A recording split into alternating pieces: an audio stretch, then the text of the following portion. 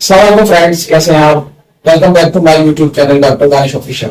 और आज हमारे बीच बिजनौर की बहुत ही मशहूर और बहुत ही अजीम शख्सियत डॉक्टर अयाज मलिक, बहुत ही humble, kind, down to earth doctor, और जो कि एसोसिएट प्रोफेसर हैं कोटिवार डेंटल कॉलेज मुरादाबाद के अंदर, और बिजनौर में भी अपनी खिदमत अंजाम दे रहे हैं। तो आज हमें उनसे रूबरू होने का, गुफ्तगू करने का मौका मिला।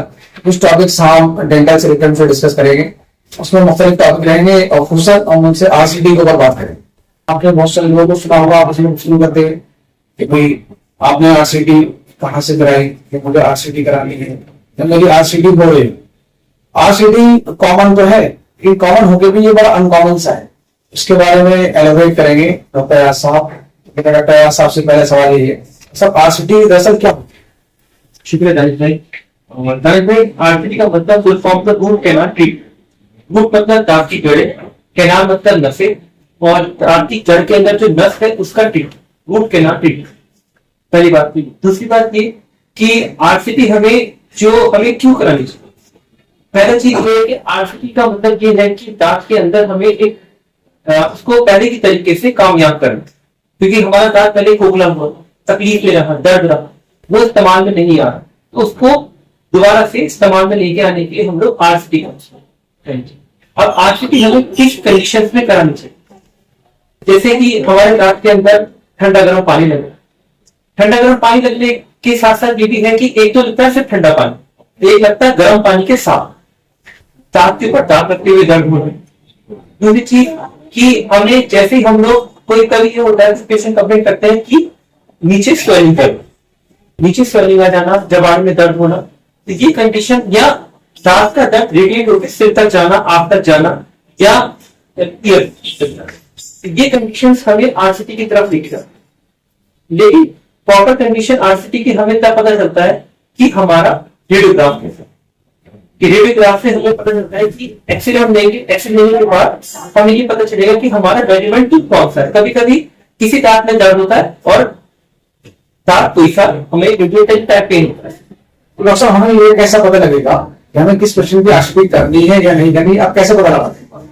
जैसे पेशेंट आया, पेशेंट आने के बाद पेशेंट ने पेन की कंप्लेंट, वो कॉमनली पेन की कंप्लेंट लेके आएगा। पेन की कंप्लेंट लेके आएगा, सीधी सी बात है, पेन होगा तो पेशेंट का जो हमें पहले रेगुलर कर चेक करेंगे, कोई दांत टूटा होगा, या किसी दांत में चक्का हुआ दांत होगा, फिर टूटा हुआ दांत होगा, या कोई दांत उसका इस तरीके से होगा कि उसके अंदर स्वेलिंग क्रिएट हो। मेन चीज क्या है कि दांत हमें ये चेक करना है कि दांत कौन सा है। जो दांत होगा वो हमें रेडियोग्राफ से पता चल जाएगा। उस रेडियोग्राफ से करने के बाद उसका डिजीज को रिमूव करके और आरसीटी को पॉसिबल बनाएंगे। अच्छा, दांतों की मतलब कौन सी डिजीज है जिनकी वजह से पेशेंट को जो है सब कंप्लेन आती है और आरसीटी करानी पड़ती है? कौन सी ऐसी डिजीज होता है? देखिए सबसे ज्यादा कॉमनली जो हमारे यहाँ इस कॉमन की जगह पाई जाती है वो एक तरफ से खाना खाना। ओके। क्योंकि पेशेंट को क्या होता है कि एक तरफ से खाना खाता है, और कॉमनली जब एक तरफ से खाना खाएगा तो फूड प्लसमेंट है, खाना फंसने की वजह, खाना फंसेगा इंटरप्रॉक्सिमल एरिया पे, खाना फंसने की वजह से वहीं से दांत गलना शुरू होता है, वही आरसीटी की तरफ हमें धीरे धीरे लेके चलता है। जैसे आपने फूड की बात की, तो मैं यहाँ पर एक और क्वेश्चन ही है, हालांकि इससे अलग है। जैसे हम ब्रश वगैरह करते हैं, तो ब्रश करने का क्या बेनिफिट है, और ब्रश खाने से पहले करने ज्यादा बेनिफिट है या खाने के बाद ज्यादा बेनिफिट? देखिए, ब्रश करना का बेनिफिट, ब्रश करने में ये रहता है कि जैसे हमने ब्रश किया, अब बहुत सारी चीज ऐसे होते हैं कि जहाँ पे अब नॉर्मल है, एक ही अलाइन है, एक ही थोड़ा सा आगे पीछे। अब जैसे जिसके अलाइन है तो वो तो क्लियरली हर जगह ब्रश करके अपना सफाई कर दे, पर जिसके थोड़े से ऊपर नीचे दांत होते हैं या आगे पीछे, तो वहां पे हर जगह हमारा ब्रश पहुंच नहीं पाता।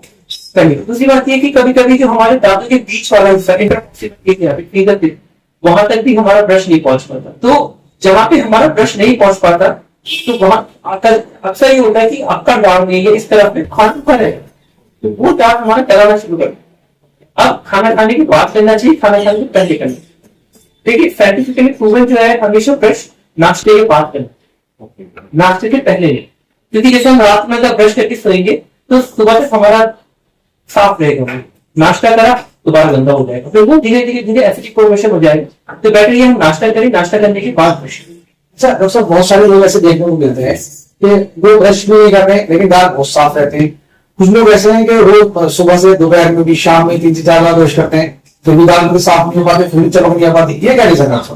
देखिए, चमक आना और दांत का हेल्दी होना ये दोनों अलग अलग चीज है। ओके, चमक आना एक नॉर्मल चीज है कि हाँ चमक आ गई, और वो क्योंकि हमारे नीचे के ना थोड़े से पीले दांत होते हैं। जितना ब्लैक पीपल्स होंगे उनके ज्यादा व्हाइट दांत होंगे, और जितने एशियन पीपल होंगे ब्राउन, उनके ब्राउनिश टीथ होंगे।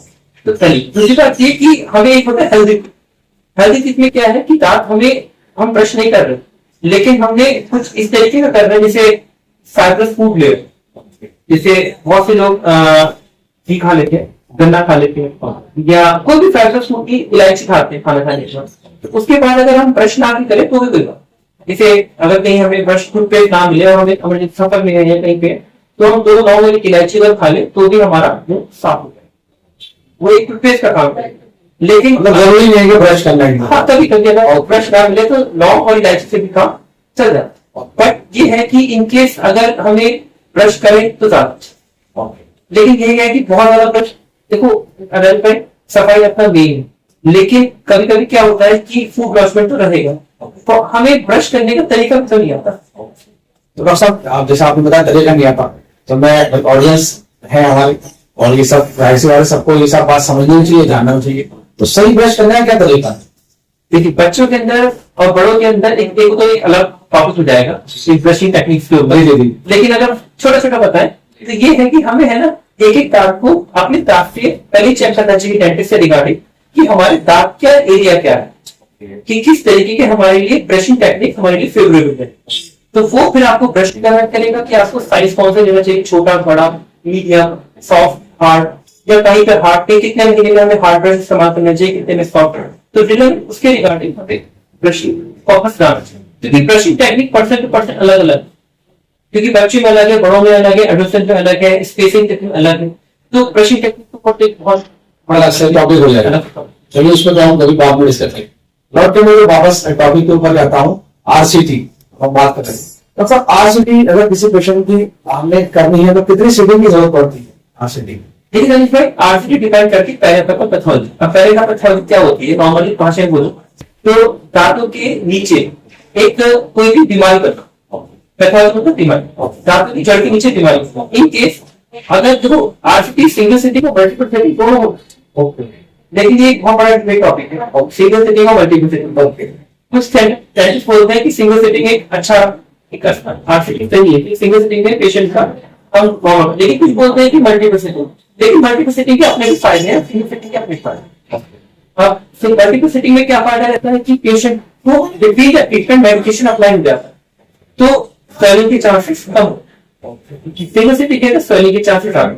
अगर पेरापेटा पैथोलॉजी होगी तो ऑब्वियसली सिंगल सिटिंग हमारा रिकमेंडेड ज्यादा है। पैरापेटा पैथोलॉजी क्या होती है, थोड़ा सा इस पे? पैरापेटा पैथोलॉजी दांत के नीचे से हम दांत लेते हैं, उसके अंदर कीड़ा लगने के बाद हमारी नस इन्फेक्टेड होगी, नस इन्फेक्शन होने के बाद उसके अंदर से लीकेज शुरू होगा, नस के अंदर लीकेज आएगा, गंदगी वो धीरे धीरे धीरे दांत नीचे जड़ में जाके इन्फेक्शन पैदा कर देगा। इन्फेक्शन पहले फ्यूजन पैदा करेगा, पस पड़ेगा, फिर एक वो बेलग्लोमा फॉर्म मतलब एक अपना लीचन फॉर्मेशन कर देगा दांत में, तो उसको हम पैदा करके।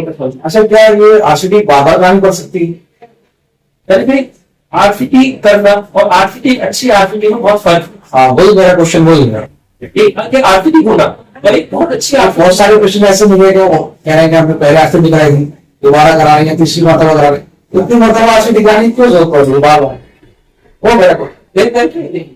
कभी कभी क्या होता है, कुछ डेंटिस्ट क्या करते हैं कि कहीं ना कोई कैनाल मिस हो जाती है, अनप्रिपेयर्ड रह जाती है, या इसके अंदर स्पेस फॉर्मेशन रहता है, तो कहीं ना कहीं से लीकेज फॉर्मेशन, माइक्रो लीकेज जो है वो 60 to 80% चांसेस है आरसीटी फेलियर।